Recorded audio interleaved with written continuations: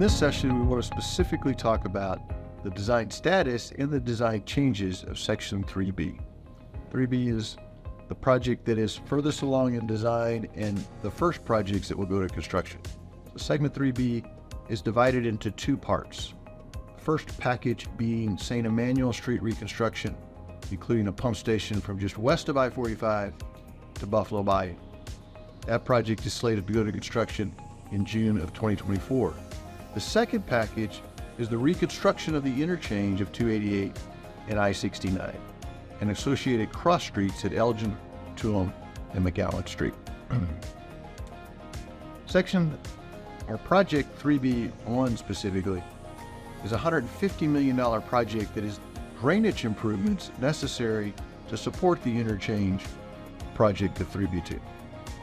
Those drainage improvements will be inclusion of a storm tunnel that's 12 foot by 12 foot under St. Emmanuel that will take stormwater from the pump station and the depressed section as well as the local street network and carry it to a detention basin just before Buffalo Bayou, where we can control and release over time that storm flow to Buffalo Bayou. And we are actively engaged now with the public and will continue as we finish design and as we go through construction of that project to remain engaged and talk about major traffic switches, interaction with access along St. Emmanuel, and as we move from block to block in that construction. So that first package includes a new Hamilton collector system, also 12 by 12 box under Hamilton Street. The associated St. Emmanuel and Hamilton improvements, again, will take stormwater flow today that sheet flows across the neighborhoods in Edo and in downtown. It will collect that and take it to the detention facilities there at Buffalo Bayou, reducing the ponding in the streets and in the adjacent properties. The second package is the interchange reconstruction of 288 and I-69. Estimated right now at $500 million. It's slated to go to construction in March of 2025. That project has the opportunity also with the reconstruction of Elgin, Tuolumne, and McGowan streets to give us an increased enhancement of the pedestrian realms. TxDOT plans to put arch bridges at those three crossings, similar to what we have west of there at Montrose, Hazard Street, etc. With those arches, we also have pedestrian realms that include 5-foot bike lanes, 7-foot sidewalks on either side. Those specifically give us opportunities to work with the community and give a new entry point for these historic communities, where we have the opportunity to add lighting, shade canopies for the bike and pedestrians, other elements. Our designers to date have been working and come up with concepts. TxDOT will fund and design these different elements with third-party funding needed for the lighting and for the shade canopy elements. What you see exhibited in the meeting is 4 concepts that the designers and the management districts have been discussing, which relate to different lighting patterns and different shade canopy features or patterns created by the different elements. This is specifically, as we talked about with the cap decks, the art of the possible. So we want you to interact here and provide feedback on what is the highest value to you of the elements of biking and walking across these bridges and making these connections between the Midtown and the 3rd Ward area.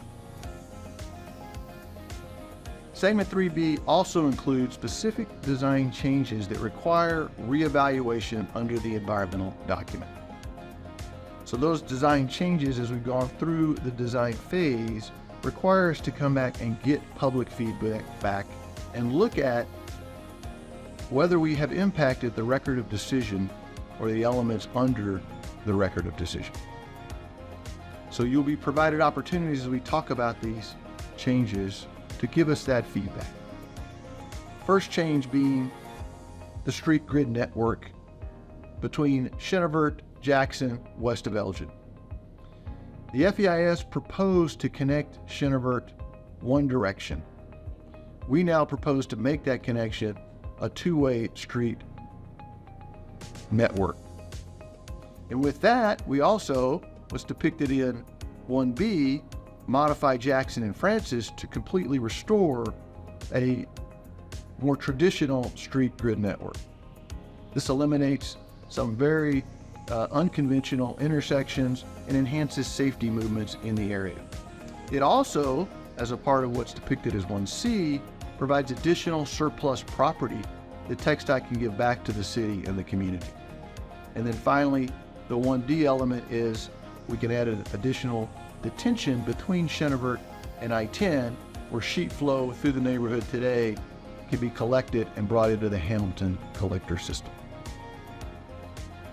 The second change relates to the Hamilton Street entrance to the SH-288 southbound managed toll lanes. Under the FEIS, that entrance went directly into the toll managed lanes. NHHIP is not constructing any toll elements, and we need to separate those movements and provide greater flexibility to the user on decision making. So we've modified that entrance ramp to come into the SH-288 southbound general purpose lanes. It comes on the left side so that you can still enter the toll lanes conveniently downstream, as you do today, without crossing over the 288 main lanes. However, you also have the option to move over one lane and stay on the SH-288 general purpose lanes. The third element is a shared use path. So we've identified an additional shared use path from Alameda around the connector, the direct connector from I-69 northbound to the SH-288 southbound, that allows shared use or pedestrian bike connectivity from Alameda around to Cleburne, across Cleburne to Alabama, enhancing connectivity to Emancipation Park and to the Emancipation Trail, a commitment that we have in the VRA. And this is an opportunity to even greatly enhance that connectivity. The fourth design change relates to closure of a driveway in the intersection formed by Alabama, a southbound frontage road of 288 northbound, and Chartres Street that all intersect now in the design. That driveway was within the intersection, and we need to look at denying that access in order to safely operate the intersection. The fifth design change relates to Alabama Street. Alabama Street, as proposed in the FEIS, had an enhanced pedestrian realm with a 5-foot buffer, 5-foot bike lane, 7-foot sidewalk on only one side. The other side was shorter and only 10 feet wide. We've modified the cross-section of Alabama in order to use the 5-foot buffer, 5-foot bike lane, 7-foot sidewalk on both sides of Alabama Street, thereby enhancing that connectivity across I-69. And then the sixth design change is really connected with the design change that related to Hamilton coming into the 288 general purpose lanes instead of the toll lanes. We also are extending the construction then of the SH-288 general purpose lanes over Blodgett to the Southmore exit.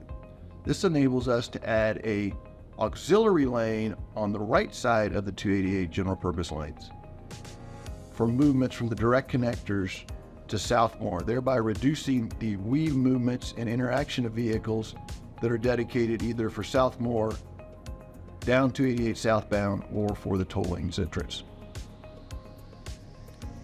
With these reevaluation design changes, we specifically want to provide you the opportunity to comment and get that feedback. It's important to us within the environmental process. So there's a QR code again that you can use your mobile device on that will link you to a comment form specifically for these reevaluation design changes.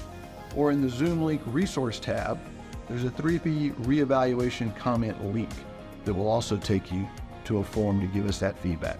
We'll continue to take comments and feedback on the reevaluation issues through January 5th, 2024. I thank you again for your attention during this session, and I look forward to our follow-up session on right-of-way. Before that, though, I want to give you the opportunity also to interact again with our subject matter experts on questions that you may have.